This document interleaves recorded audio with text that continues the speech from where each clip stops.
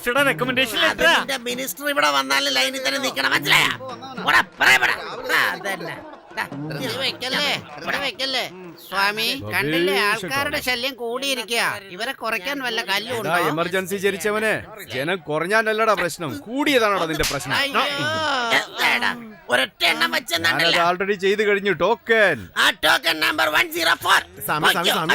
അവൻ മാത്രം ഈ വണ്ണം കുറയ്ക്കാൻ എന്തെങ്കിലും ഒരു കല്ലുണ്ടേത്താ. തീർച്ചയായിട്ടും തരാം. സ്വാമി, ഇത് ഏത് വിരലിലാ ഇടേണ്ടത്? അത് വിരലിനുള്ളതല്ല അനിയ, നിന്റെ തൊണ്ടയ്ക്കകത്ത് കേട്ടാ. തൊണ്ടയിലോ? അപ്പൊ ഞാൻ എങ്ങനെ സംസാരിക്കും? അതൊന്നും പ്രശ്നമില്ല, നിനക്ക് കഴിക്കാൻ മാത്രമേ തടസ്സം ഉണ്ടാവുള്ളൂ. ദൈവം നിനക്ക് വേണ്ടി മാറ്റിവെച്ച ഭക്ഷണത്തെക്കാൾ വളരെ അധികം നീ കഴിച്ചു കഴിഞ്ഞു. അതുകൊണ്ടാണ് നിനക്ക് ഈ പൊണ്ണത്തടി. ഒരൊറ്റ മാസം വായു ഭക്ഷിച്ച് ജീവിക്കുകയാണെങ്കിൽ നീ ഈർക്കിലി പോലെ ആയിപ്പോകും. പറ്റുമെങ്കിൽ കുനി ഉപേശകാലം ഉരുണ്ടോടിക്കോ. സ്വാമി, കല്ല് കുറഞ്ഞു വരുവാണല്ലോ. ഭീമാപ്പള്ളി ഇന്ന് ലോഡ് പുറപ്പെട്ടു കഴിഞ്ഞടാ. ഭീമാപ്പള്ളിക്കല്ലോ? ഇത് നീ ശബ്ദത്തിൽ പറയാനും പാടില്ല, അത് മറ്റുള്ളവർ കേൾക്കാനും പാടില്ല. ഇത് ഭീമാപ്പള്ളി രഹസ്യം.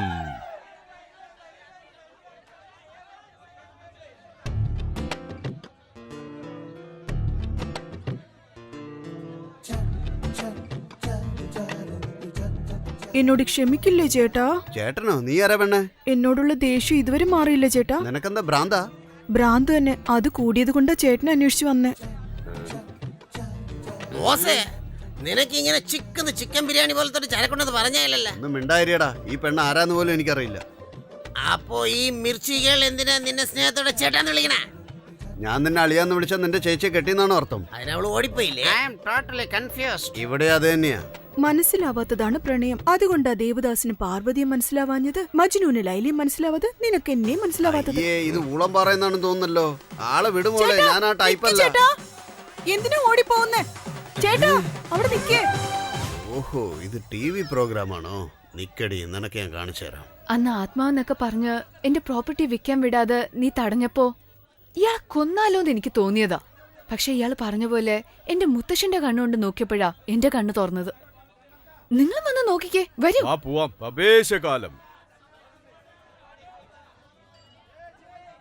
സ്വാമി ഒന്ന് അവിടെ നോക്കിയേ. എന്റെ കണ്ണുകൊണ്ട് നോക്ക്, എന്നാലേ നിങ്ങളുടെ കണ്ണ് തുറക്കും. 10,000 വാങ്ങിച്ചിട്ട് പ്രശ്നം തീർത്തു തരണം സാറേ. വെറും 10,000? 25,000 തരാതെ ഫയൽ മൂവ് ആവൂല. IAS ഓഫീസർമാർ വരെ അകത്താകുന്ന കാലമാ. പിന്നെ അല്ല ഞങ്ങളുടെ കാര്യം.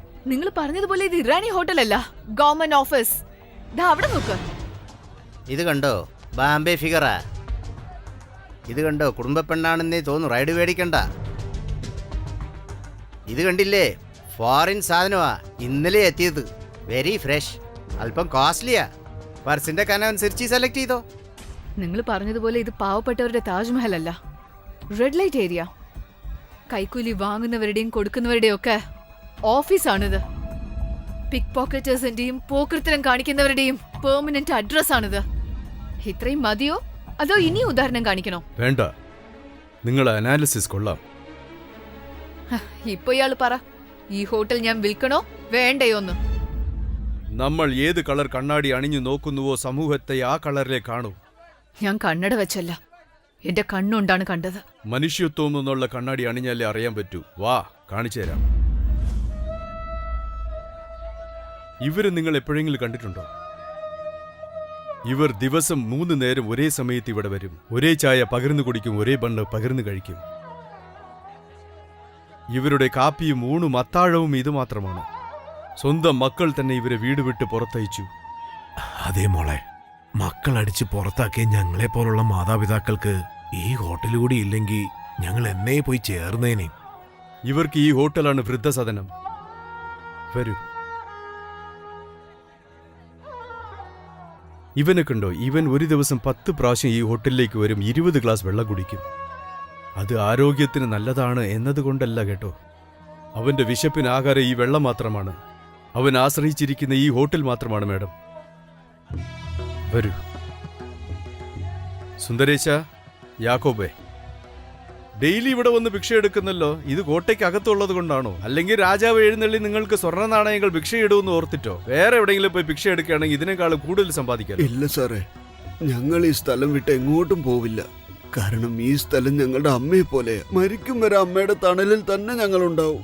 കണ്ടില്ലേ, ഇതുപോലത്തെ എത്രയോ പേർക്ക് അഭയം നൽകുന്ന അനാഥാശ്രമമാണിത്. വെയിലിൽ നിൽക്കുന്നവൻ ഇത് ഒരു കുടയാണ്, മഴ പെയ്താലോ ഇത് ഒരു നല്ല ഷെൽട്ടർ, തണുത്ത് വിറയ്ക്കുന്നവന് ഇത് ഒരു സ്വെറ്റർ. ഈ സിറ്റിയിലുള്ള മരങ്ങളൊക്കെ വെട്ടി നിഴലിനെ വെറ്റോണ്ടിരിക്കുക, കായലുകളും കുളങ്ങളും നികത്തി ബിൽഡിംഗ് പണിതോണ്ടിരിക്കുക. ഇവിടെ ഒന്ന് ഇരിക്കാനോ എന്തിനി ഒറ്റക്കാലിൽ നിൽക്കാനോ അല്പം പോലും സ്ഥലമില്ലാത്ത ഈ നഗരത്തിൽ നിഴലും കുടിവെള്ളവും സ്നേഹത്തോടെ സൗജന്യമായി തരുന്നത് ഈ ഹോട്ടലാണ്. ഇതിനെ വിൽക്കാനുള്ള അധികാരം മാഡത്തിനുണ്ട്. ഇത് വിൽക്കാൻ പാടില്ലെന്ന് പറയാനുള്ള അധികാരം ആർക്കും ഇവിടെ ഇല്ല. ഞാൻ പറയേണ്ടത് ഞാൻ പറഞ്ഞു. ഇനി മാഡത്തിന്റെ ഇഷ്ടം.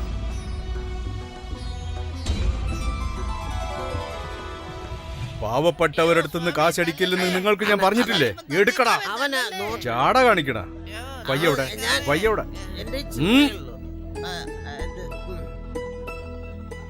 ഒരുപാട് നന്ദിയുണ്ട് മോനെ. സാരമില്ല ഭായ്, സാരമില്ല. ശുക്രിയ എന്റെ തുണ നിന്നോടെ ഉണ്ടാവും. ഇൻഷാ അല്ലാ.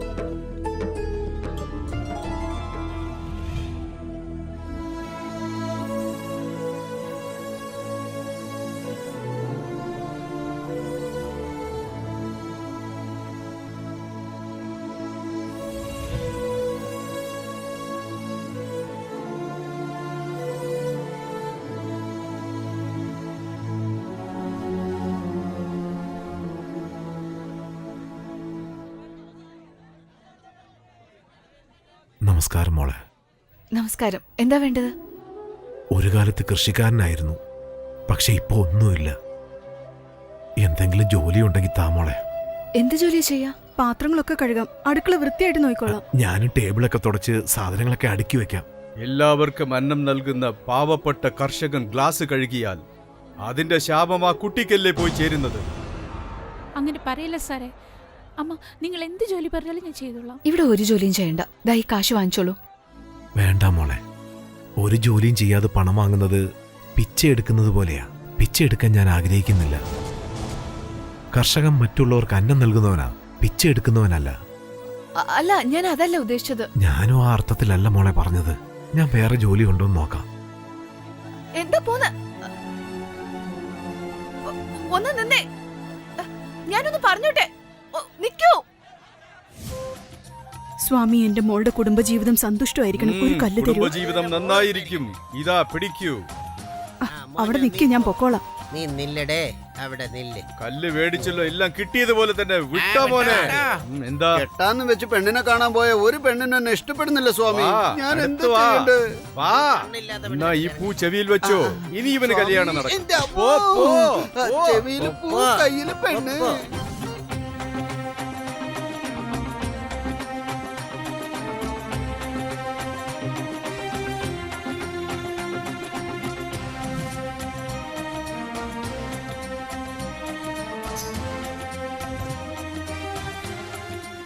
തന്റെ പ്രശ്നം എന്താ സഹോദര? കേട്ടോ, ആരോഗ്യ പ്രശ്നമാണത്ര. ഗജകർണം, ഗോകർണം, ശങ്കരാഭരണം.